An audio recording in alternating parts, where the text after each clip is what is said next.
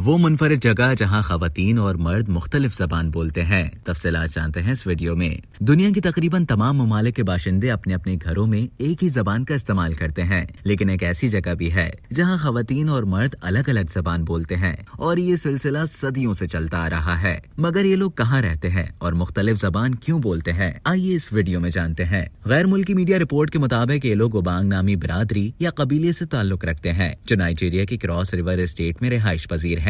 इस कबीले के मर्द और औरतें अपनी गुफ्तगू के जुमले अपने हिसाब से बनाते हैं, यानी वो एक दूसरे से मुख्तलिफ जबान बोलते हैं। रिपोर्ट के मुताबिक मसलन मर्द कपड़ों के लिए निकी का लफ्ज इस्तेमाल करते हैं, जबकि खवातीन अरेका का। किची का मतलब मर्दों के लिए दरख्त है, जबकि औरतें इसे ओकवैंग बोलती हैं। दिलचस्प बात यह है कि ओबांग मर्द और खवातीन एक दूसरे की बातें बखूबी समझते हैं, क्योंकि लड़कियां और लड़के अपने वालिदैन के साथ ही रहते हैं, इसलिए वो दोनों जबानें सीख जाते हैं और ये सिलसिला नस्ल दर नस्ल से ऐसे ही चलता आ रहा है। कोई नहीं जानता कि ओबांग में ये दो जबानों का रिवाज कैसे और क्यों आया, लेकिन बहुत से मकामी अफराद दावा करते हैं कि खुदा ने आदम और हव्वा को उनके कबीले में पैदा किया था और उन्हें दो मुख्तलिफ जबानें अता की थी। उनके बाद हर नस्ली गिरोह को भी दो दो जबानें मिलना थी, लेकिन इतनी जबानें थी ही नहीं, इसलिए ये मामला सिर्फ ओबांग तक ही महदूद रह गया। यूं ये गांव दुनिया भर से मुनफरिद है। इस जदीद जमाने में दुनिया के कई दीगर ममालिक की तरह नाइजीरिया के नौजवानों की जिंदगियों में अंग्रेजी जबान दाखिल होती जा रही है। इसलिए ओबांग जबानें खतरे से दो चार हैं, क्योंकि मर्दाना और जनाना दोनों जबानें तहरीरी सूरत में मौजूद नहीं है, यानी ये सिर्फ बोलियां हैं। इसलिए उनकी अगली नस्ल में मुंतकिली का इन्हिसार बड़ों के सिखाने पर है। अब तक के लिए इतना ही। मजीद इसी तरह की दिलचस्प मालूमात हासिल करने के लिए डेली जंग के YouTube चैनल को सब्सक्राइब करें और Facebook के पेज को लाइक करना ना भूलें।